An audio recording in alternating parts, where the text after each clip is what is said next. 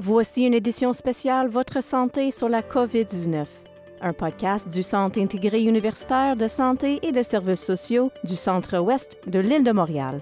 Et bienvenue à un autre épisode du balado Votre santé, disponible sur toutes vos plateformes de balado préférées comme Google, Apple, iHeart, Spotify et SoundCloud, sans oublier siuscentrewest.ca/balado. Vous écoutez notre édition spéciale couverture COVID-19. Je suis votre animateur, Sean McMahon. Merci de vous joindre à nous. La pandémie de la COVID-19 sévit depuis quelques semaines et comme il n'y a pas encore de lumière au bout du tunnel, nous mettons tous la main à la pâte. À sa manière, chaque employé à l'échelle de notre réseau fait preuve d'un dévouement exceptionnel pour s'assurer que chaque patient et chaque résident du CIUS du centre-ouest de l'île de Montréal reçoit tous les soins et toute l'attention dont il a besoin.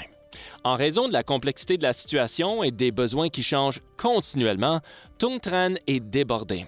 Le directeur du programme de santé mentale et dépendance est mon invité aujourd'hui pour cet épisode du balado Votre santé. Merci de vous joindre à nous. Merci, bonjour Sean. Je ne sais presque pas par où commencer, puisqu'il y a tellement de choses dont il faut tenir compte quand on parle de santé mentale, surtout en ce moment.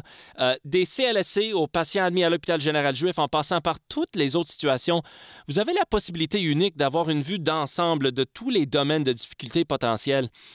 Au début de cette pandémie, à quoi vous êtes-vous immédiatement attaché et comment les choses ont-elles évolué depuis?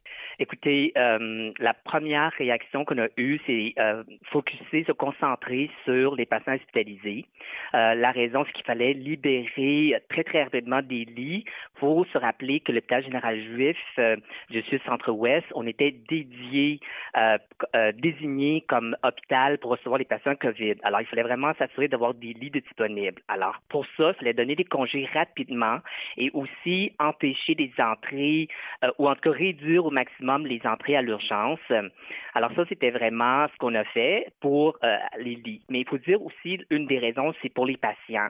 On sait que les patients sont plus en sécurité à la maison puisque on veut comme faire en sorte qu'ils soient isolés versus être à l'hôpital, il y a des plus grands risques de contamination. Après ça, on a regardé tout ce qui est les entrées, donc tous les services en communauté, comme nos cliniques externes, comme nos CLSC.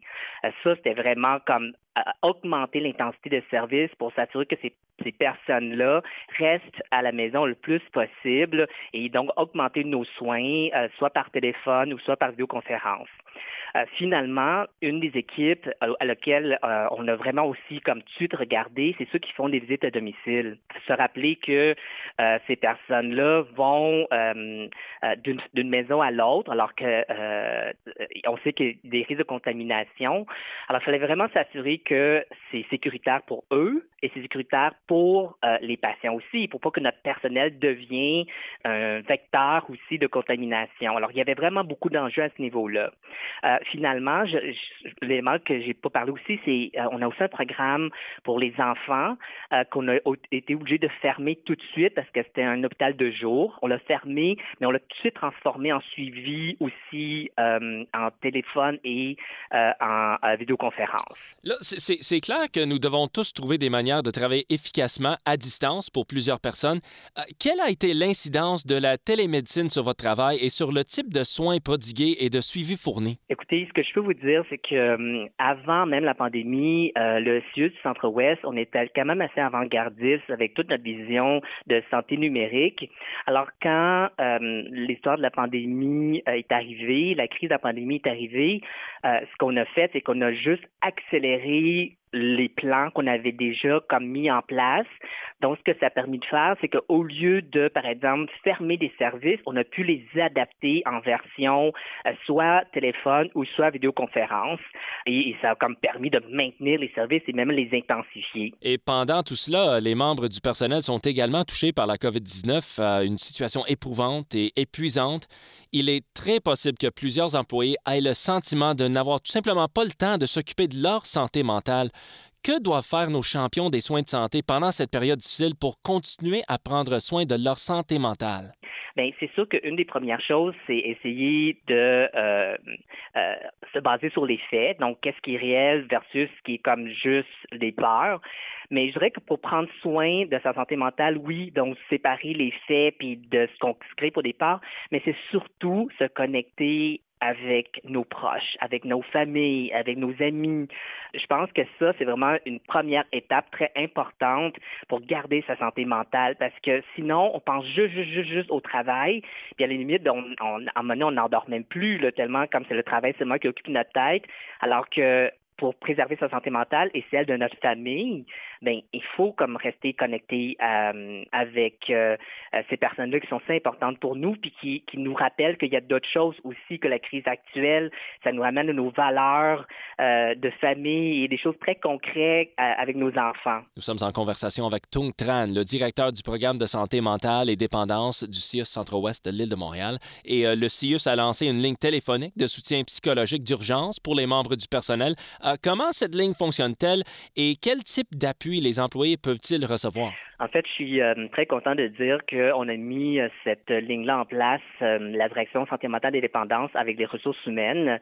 On a collaboré pour s'assurer qu'on a assez de personnel au niveau de ce hotline-là pour répondre à tous les besoins du CIUS. Parce qu'effectivement, comme je disais tantôt, le personnel aussi vit des difficultés. Et la pandémie actuelle, ce qu'elle fait, c'est qu'il y a des difficultés qui ne sont pas reliées nécessairement à la pandémie, mais qui étaient comme en dormance et que l'anxiété fait comme ressortir davantage. Alors, c'est vraiment une ligne d'aide psychologique, mais pas juste en lien avec la pandémie, mais en lien avec tout besoin psychologique que les gens peuvent vivre actuellement. Ça soit pas relié, par exemple, à des situations familiales personnelles, des séparations, des déménagements. Ça peut être n'importe quoi relié à des enjeux psychologiques puis que le personnel a besoin de soutien. Et qu'en est-il de tous ceux qui sont à la maison? Tellement de personnes autour de moi en auto-isolement qui commencent à sentir l'incidence psychologique de l'éloignement social. Que pouvez-vous leur dire? Comment peuvent-ils composer avec cette situation? Pouvez-vous recommander d'autres ressources? Effectivement, je pense que dans les médias, ce qu'on voit beaucoup actuellement, c'est le 811 qui est utilisé pour Info Santé. Ce qui est tout à fait comme la bonne place, la bonne chose à faire quand on a des symptômes physiques. Mais 811, c'est aussi Info Social. Et ça, souvent, les gens l'oublient. Donc, pour des enjeux plus de type social, de type psychologique, la population peut appeler au 811 pour demander de l'aide. Alors, je pense que ça, il va falloir que ça soit plus publicisé, si je peux utiliser cette expression-là, pour que les gens soient au courant que cette ligne-là existe, parce qu'actuellement, elle est comme un peu tassée de côté ou en tout cas pas assez publicisée pour permettre à la population. Tung Tran, directeur du programme de santé mentale et dépendance du CIUS du Centre-Ouest de l'île de Montréal. Félicitations à votre équipe et merci beaucoup d'avoir pris le temps. Ça me fait vraiment plaisir. Merci beaucoup. Vous avez écouté une émission spéciale Votre santé sur la COVID-19, un podcast du Centre intégré universitaire de santé et de services sociaux du Centre-Ouest de l'île de Montréal. Abonnez-vous à www.ciuscentreouest.ca/balado ou sur votre plateforme de balado-diffusion préférée.